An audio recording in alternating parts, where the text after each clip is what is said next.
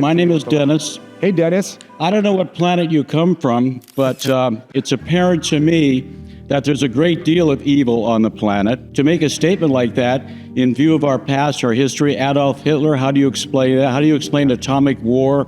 How do you explain the violence that's going on all over the world? Yeah.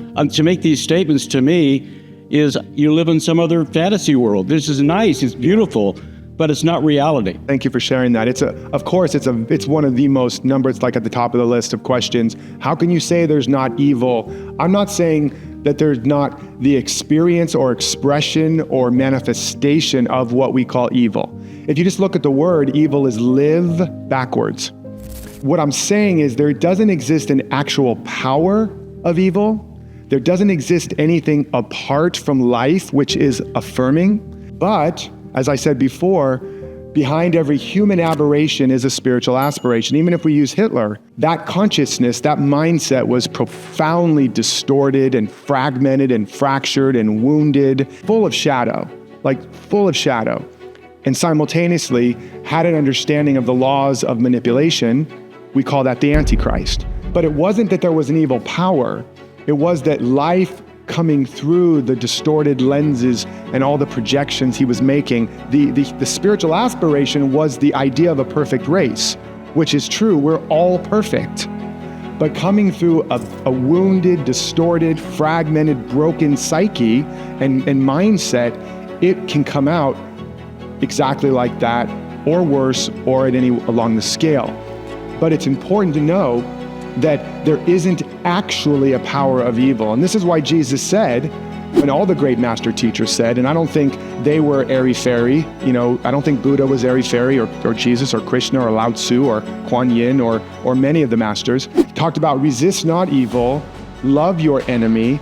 Even Gandhi said, love the sinner, hate the sin, because he understood many of us have been hooked by a pattern, all of us to some extent. There are patterns of separation. There's not enough to go around. Okay. There's bad people that are dangerous. They're gonna take what we have. They're gonna hurt us. We are evil sinners and worms of the dust. That alone is a core pattern that causes us to act very, very crazy ways. So there's all these patterns that are like programming, like bad programming, right?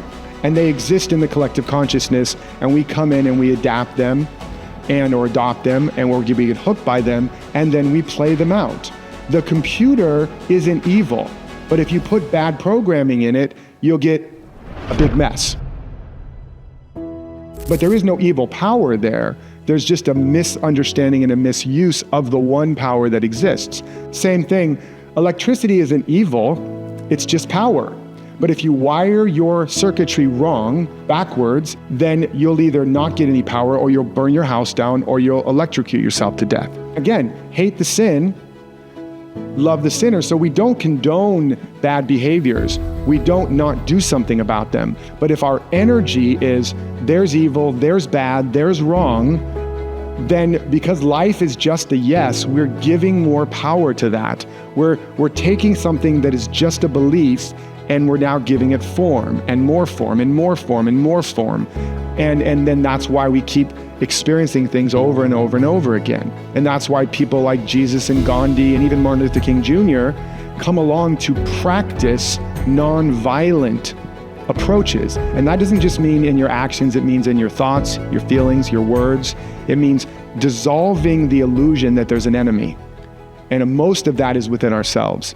And so that's what I'm talking about. I'm not saying there aren't really, really bad things happening on the planet. And I still put bad in quotes because, again, we can choose to be down here and suffer and see people as victims and see history as a story of how we've been victimized.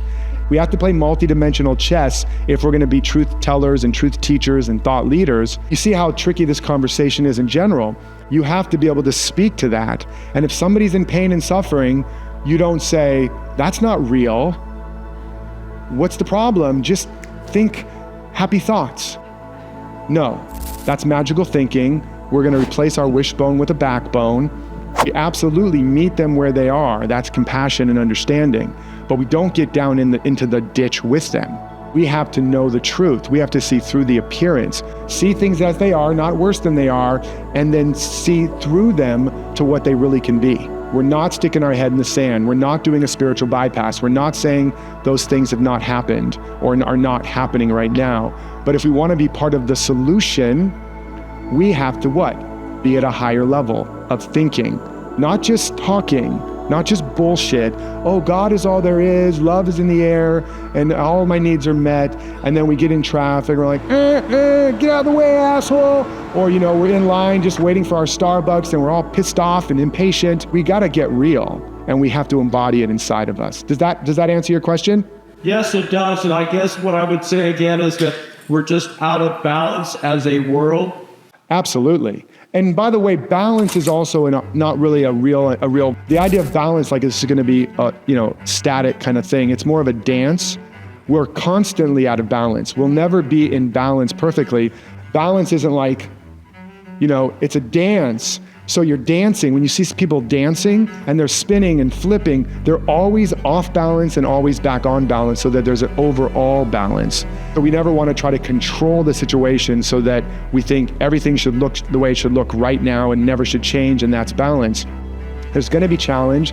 There's going to be forest fires to open up the jack pines and activate and open the canopy and fertilize the soil. There's going to be all kinds of things in our life and in our world. And as truth rises up through all of you, there's going to be disruptions, breakdowns. We're in for very big ones. As AI comes online, as technology changes, and we're going to see a whole new revolution of technology and change. It's happening in the political stream around the world. As thought leaders, truth tellers, and change makers, we can't be caught up merely in the appearances, or we'll be swept along in the tsunami of those changes. We have to see where it triggers us, use all the news as a prayer request to heal ourselves, to get clean within ourselves, to not bullshit ourselves. If that thing on the news pisses you off, don't walk around with a smile on your face. If that person pisses you off, don't be like, hey brother, how you doing? You got to deal with your stuff. You cannot be more on stage or on the page than you are in your life. Can we give Dennis a big round of applause? Thank you, Dennis.